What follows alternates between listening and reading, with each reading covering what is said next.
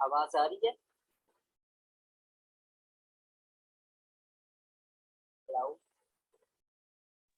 जी अभी yes sir.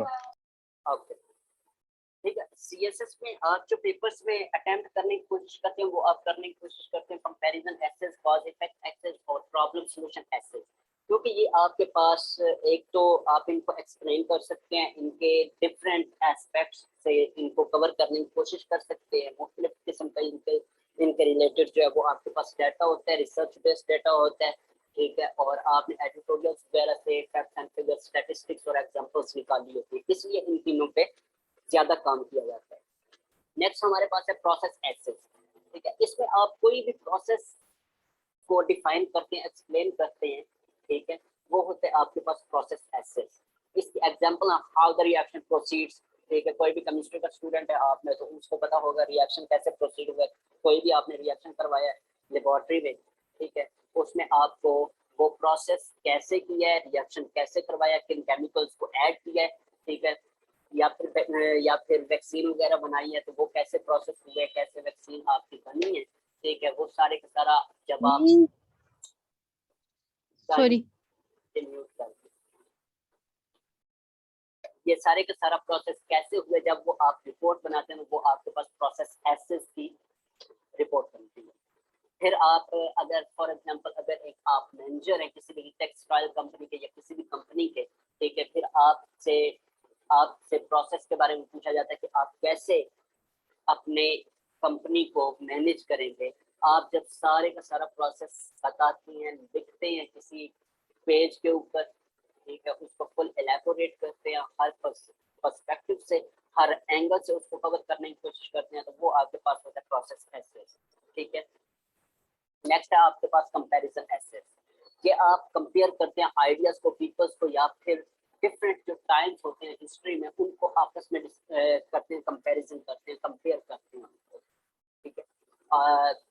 नीचे example मैंने दिया, Hasra was as bright as the sunshine। अब देखें स्माइल और सनशाइन इन दोनों का आपस में कंपैरिजन हो रहा है, ठीक है, और मैंने पहले भी आपको एग्जांपल दी कि पॉलिटिशियंस वगैरह का हम कंपैरिजन करते हैं, वो भी कंपैरिजन एसेस में आ सकता है, ठीक है। नेक्स्ट हमारे पास कॉज इफेक्ट एसेस, ये ऐसी टाइप है एक्सपोजिटरी एसेस की जिसमें आप अपने आर्गुमेंट्स देते हैं, ठीक है, और अपने आर्गुमेंट्स की डिटेल्स देते हैं, रिलेशनशिप बताते हैं दो सब्जेक्ट्स का, ठीक है, अपने आर्गुमेंट से दो सब्जेक्ट्स का क्या करते हैं आप रिलेशन बताते हैं कि इनका आपस में रिलेशन क्या है, ठीक है। फॉर एग्जांपल ग्लोबल वार्मिंग का या क्लाइमेट चेंज, अगर हम इनकी सिंपल से ये एसेस हैं, ठीक है, अगर हम इनकी बात करते हैं तो हमें ये क्या करना पड़ता है कि हम इनमें आर्गुमेंट्स देते हैं कि ये ग्लोबल वार्मिंग या क्लाइमेट चेंज किस वजह से हो रहा है, क्लोरोफ्लोरोकार्बन की वजह से हो रहा है, ओजोन लेयर की डिप्लीशन की वजह से हो रहा है, या फिर हमारे जो फ्यूल बर्निंग है उसकी वजह से हमारा क्लाइमेट चेंज हो रहा है, ठीक है। इस चीज को हम अपने आर्गुमेंट से साबित करते हैं, ठीक है। ये जो आप डिबेट सुनते हैं, डिबेट करते हैं किसी भी जगह पे, वहां पे भी आप आर्गुमेंट्स का सहारा लेते हैं, आप दलाइल देते हैं, आपके दलाइल कितने मजबूत हैं, ठीक है, ये आपको पता चलता है जब आप इवैल्यूएशन करवाते हैं, ठीक है। और आपने अपने दलाइल को मजबूत रखना है, अपने आर्गुमेंट्स को मजबूत रखना है, ताकि जो रीडर है, जो आपका पेपर चेकर है, उसके जहन पे आपका ये इमेज बने कि वाकई इसने कुछ पढ़ा है, इसने हार्ड वर्क किया है, इसने स्मार्ट वर्क किया है, तो वो आपको मार्क्स देगा। ये हो गया कॉज इफेक्ट एसेस, ठीक है। नेक्स्ट है हमारे पास प्रॉब्लम सॉल्यूशन एसेस। अच्छा, एक और बात मैं यहाँ पे आपको बताता चलूँ कि आपके जो होते हैं इंग्लिश एसे का या कोई भी पेपर आपका सीएसएस में होता है, क्योंकि आप जा रहे होते हो बनने ब्यूरोक्रेट्स, ठीक है, तो आपके लिए वो क्वेश्चन सिर्फ क्वेश्चन नहीं है, आपके लिए वो एक प्रॉब्लम है, ठीक है, इसलिए वो आपके पेपर में आया क्वेश्चन जो है, ठीक है। अब आप ब्यूरोक्रेट हो, ठीक है, खुद को आपने ब्यूरोक्रेट समझना है, वहां पे बैठ के आपने ब्यूरोक्रेट बन के वहां पे सॉल्यूशंस बताने हैं, ठीक है। کہ آپ کے پاس اگر ملک پاکستان کی اتھارٹی آ جاتی ہے تو آپ ملک پاکستان کا سسٹم کس طرح سے ٹھیک کر سکتے ہو، ہاؤ ٹو چینج دس ریاست، ٹھیک ہے، دس کنٹری. تو یہ چیز آپ کی پرابلم سولوشن ایسس میں آئے گی کہ آپ نے پہلے پرابلم کو ایکسپلین کیا کہ پرابلم ہے کیا، اور یہ پرابلم ہماری سوسائٹی کے لیے ہے کیسے ہے یہ پرابلم، ٹھیک ہے. پھر آپ نے اس میں ریکمنڈیشن سولوشن وغیرہ دیے، ٹھیک ہے، کہ ہم اس پرابلم کو کیسے سالو کر سکتے ہیں نیشنل لیول پہ، ٹھیک ہے، سوشل لیول پہ یا انٹرنیشنل لیول پہ، جو بھی ہے وہ آپ اس کے سولوشن وغیرہ بتاتے ہیں. یہ جو میں نے ایگزامپل دیا ہاؤ کین اسلاموفوبیا بی ایریڈیکیٹڈ، ٹھیک ہے، کہ ہم اسلاموفوبیا کو کیسے ختم کر سکتے ہیں، ٹھیک ہے. اس میں کیا ہوگا کہ آپ نے پہلے اسلاموفوبیا کو ایکسپلین کرنا ہے، اس کی ہسٹری بتانی ہے، اس کے کازز بتانے ہیں، امپیکٹس بتانے ہیں، پھر آپ نے سولوشنز، ریکمنڈیشنز، ریمیڈیز وغیرہ بتانی ہے، اور اینڈ پہ جا کے آپ نے کیا کر دینا ہے، کنکلوژن بتا دینا. یہ آپ کے پاس پرابلم سولوشن ایسے ہوگا. پرسویسو ایسے ہوتے ہیں کہ آپ نے صرف اور صرف یہ فیکٹس کی ریپرزنٹیشن نہیں ہوگی، ٹھیک ہے، یہ آپ کے آرگومنٹس کی وجہ سے، آپ کے آرگومنٹس، آپ کے دلائل اتنے مضبوط ہونے چاہیے ایسے میں کہ جو ریڈر ہے اس کو اس کے ذہن پہ یہ اپنا امیج چھوڑیں، ٹھیک ہے.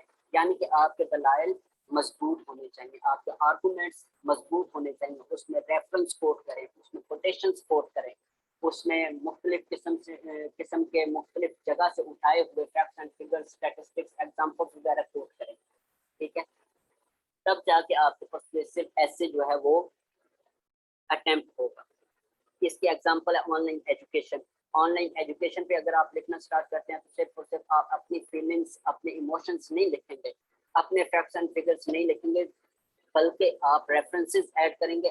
آپ ڈفرینٹ جگہ سے facts and figures, statistics, examples اٹھائیں گے کہ فلاں ملک نے یہ کیا، فلاں ملک آج یہاں پہ پہنچا، اس کی بنیادی وجہ یہ ہے، ٹھیک ہے. آپ اس کو آن لائن ایجوکیشن کو کیا کرو گے، یا تو اس کو بولو گے کہ یہ ٹھیک ہے، ٹھیک ہے، یعنی کہ آن لائن ایجوکیشن ہونی چاہیے، یا پھر آپ اس کو کہو گے کہ یہ آن لائن ایجوکیشن کے نقصانات زیادہ ہیں یا پھر فائدے زیادہ ہیں، ٹھیک ہے. یعنی کہ آپ نے ڈائریکشن ایک رکھ کے چلنی. آگے ہم نے بات کی تھی کہ ہم ڈیٹا کیسے کلیکٹ کرتے ہیں ایسے کے لیے. اس کے لیے بیسک جو چیز ہے وہ ہے نیوز پیپر، ٹھیک ہے. اس کے ایڈیٹوریلس سے آپ جو ہے وہ ڈیٹا کرتے ہیں، کلیکٹ کرتے ہیں، وہاں سے آپ کی کریٹیکل انالیسس جو ہیں وہ امپروو ہوتی ہیں، ٹھیک ہے. اس کے بعد ہے بکس جب آپ ریڈ کریں گے، ٹھیک ہے، تو وہ آپ کا جو ہے وہ، اور نیوز پیپر سے زیادہ جو ہے وہ بکس پہ زور دیا جاتا ہے. جو انالسٹ وغیرہ ہیں، سینئر ہیں، وہ یہی کہتے ہیں کہ آپ کو بکس پڑھنی چاہیے. بکس سے جب آپ پڑھتے ہیں تو وہ تھرڈ پرسن میں بات کر رہے ہوتے ہیں، یعنی کہ کسی اور میں. وہاں پہ آپ نے انگلش ایسے میں آئی کین، ہی کین یہ نہیں یوز کر سکتے، سم ون یہ یوز کرنا ہے آپ نے، ٹھیک ہے. تو اس کے بعد آپ کا ہوتا ہے کہ آپ نے کیا کرنا ہے، فیکٹس اینڈ فگرس کے نوٹس بنانے ہیں، فیکٹ بک بنانی ہے آپ نے. جو آپ نے نیوز پیپر سے ڈیٹا کلیکٹ کیا ہے اس کے لیے رجسٹر رکھیں، پیپر رکھیں، کچھ بھی رکھیں، اس پہ اسٹیکی نوٹس لگائیں، جو مرضی کریں نوٹ ڈاؤن کریں، تاکہ ہر ٹاپک کے لیے آپ کے پاس علیحدہ سے کچھ نہ کچھ ڈیٹا جو ہے وہ کلیکٹ ہوا ہو. جب آپ کو ضرورت پڑے دیکھنے کی تو آپ وہاں سے دیکھیں، وہاں سے آپ کو جو ہے وہ روز بروز آپ دیکھ سکتے ہیں وہاں سے، ٹھیک ہے. آپ کی جو ہے وہ کیا دہانی ہوتی رہے گی فیکٹ بک سے. اور پھر آپ کی بات آتی ہے تھیسس اسٹیٹمنٹ، کہ آپ نے انگلش ایسے میں تھیسس اسٹیٹمنٹ بھی لکھنی ہوتی ہے. آپ کی جو فرسٹ انٹروڈکٹری پیراگراف میں جو فرسٹ 1, 2 اور 3 سینٹینسز ہوتے ہیں وہ آپ کے تھیسس اسٹیٹمنٹ کے ہوتے ہیں. وہ تھیسس اسٹیٹمنٹ کا مقصد کیا ہوتا ہے؟ تھیسس اسٹیٹمنٹ آپ کو اپنے سبجیکٹ، اپنے ٹاپک کی سمجھ کیا آئی ہے، آپ نے اپنے ٹاپک کو کس حد تک سمجھا ہے، وہ ایکسپلین کرتی ہے. اس کے بعد تھیسس اسٹیٹمنٹ آپ کے ایسے کی ڈائریکشن کو ڈیسائیڈ کرتی ہے. یہ ہوتی ہے آپ کی تھیسس اسٹیٹمنٹ. یہ میکسیمم 3 سینٹینسز پہ ہو سکتی ہے. नेक्स्ट मैंने एक एग्जांपल के तौर पे ऐसे की आउटलाइन लिखी थी, climate change and implications of Pakistan. उसमें मैंने बताया कि इंट्रोडक्शन में इंट्रोडक्शन लिखा, उसमें सब पॉइंट बनाया कि ये होता क्या, long term shifts in temperature and weather patterns, ठीक है। उसके बाद मैंने उसके बताया कि पाकिस्तान एंड क्लाइमेट चेंज, यानी कि इन दोनों का आपस में रिलेशन कैसे, करंट सिनेरियो, और उसके बाद इम्पैक्ट बताए कि क्लाइमेट चेंज के इम्पैक्ट्स क्या हैं, ठीक है। क्योंकि हमारे पास दो चीजें हैं, जब आपको कोई भी ऐसे अटेम्प्ट करने में मुश्किल पेश आए तो आप उसके जो कीवर्ड्स हैं उनको देखो, उनको समझने की कोशिश करो, ठीक है। वहां से आपको कीवर्ड्स मिलेंगे, एक यहाँ पे आ गया क्लाइमेट चेंज का, एक यहाँ पे आ गया इम्प्लीकेशंस का, ठीक है, इम्प्लीकेशंस ऑफ पाकिस्तान का। क्लाइमेट चेंज को हमने एक्सप्लेन किया, पाकिस्तान एंड क्लाइमेट चेंज, यहाँ पे उसका रिलेशन बता दिया। देन इम्पैक्ट्स बताए। अब इम्पैक्ट्स क्योंकि क्लाइमेट चेंज को हम एक्सप्लेन कर रहे हैं तो इसमें क्या होगा कि हम इसके इम्पैक्ट्स बताएंगे, ठीक है। देन हमने क्या बताया, इसके अब इम्पैक्ट्स बताया हमने, तो उसमें इकोनॉमिक इम्पैक्ट्स भी बताए, उसमें सोशल इम्पैक्ट्स भी बताए, जियोग्राफिकल इम्पैक्ट्स भी बताए, और पॉलिटिकल इम्पैक्ट्स भी बताए। देन एंड पे आपको क्या आ जाएगा, कंक्लूजन आ जाएगा, ठीक है। यहाँ तक हमने कल कर लिया था। और आज काइंडली मुझे ये बता दें कि आपको समझ आ गई या नहीं।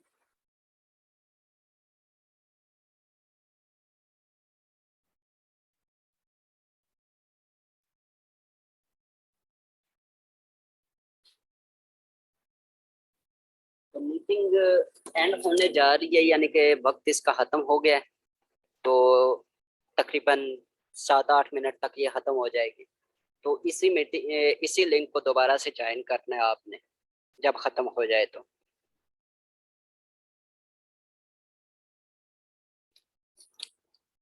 नेक्स्ट है हमारे पास,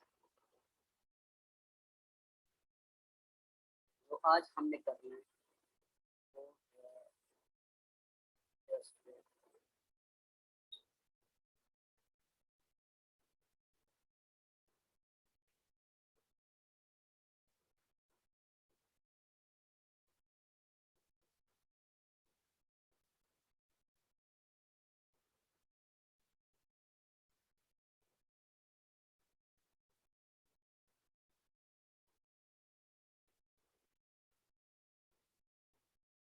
वो है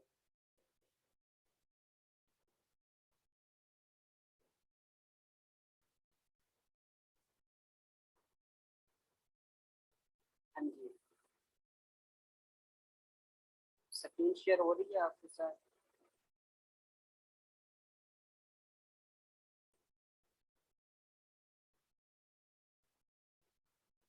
हमारा जो आज का टॉपिक है वो है, हमने देखना है कि हम इसकी कैसे बना सकते हैं, आउटलाइन कैसे बनाते हैं।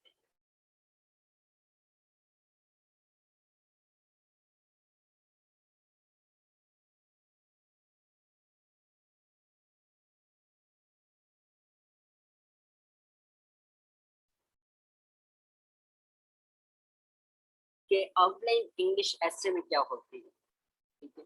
आपकी आउटलाइन जो है वो आपका एक किस्म का मैप होता है। जैसे आप ज्योग्राफी पढ़ रहे हो तो आप वर्ल्ड मैप देखते हैं, आप वर्ल्ड मैप देखते हुए, मैप को देखते हुए, मैप को समझते हुए आपको पता चलता है कि फलां कंट्री यहाँ पे है, फलां कंट्री की लोकेशन ये है।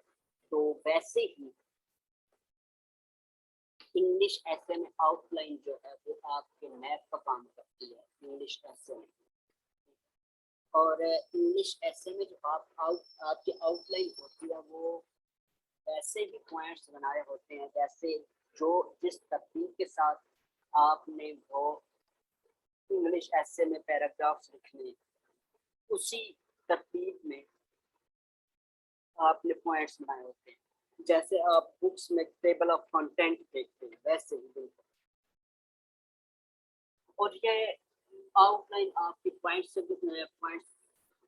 की भी हो सकती है, आपकी सेंटेंसेस की भी हो सकती है। ये 2 to 3 टाइप्स की होती है आपकी आउटलाइन।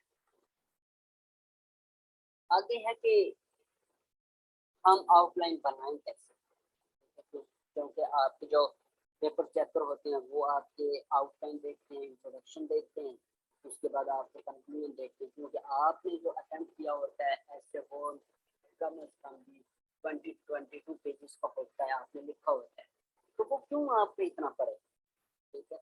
उसको अंदाजा हो जाता है आपकी आउटलाइन से, आपके इंट्रोडक्टरी पैराग्राफ से और आपकी कंक्लूडिंग पैराग्राफ से, ठीक है, जिस वजह से वो आपको यहाँ पे ही पास या फेल कर सकते हैं।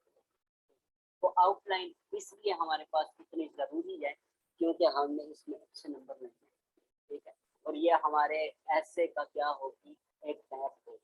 और आउटलाइन जो है वो टॉपिक के बैकग्राउंड इंफॉर्मेशन, ठीक है, और आर्गुमेंट्स, इन सब को क्या करेगी, एक्सप्लेन करेगी, एलैबोरेट करेगी, ठीक है।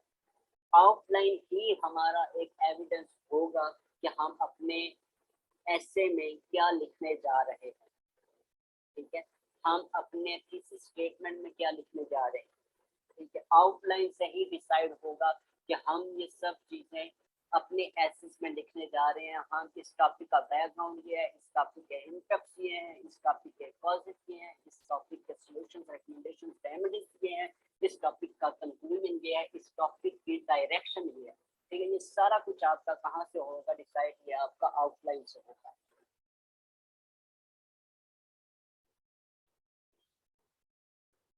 देन आपके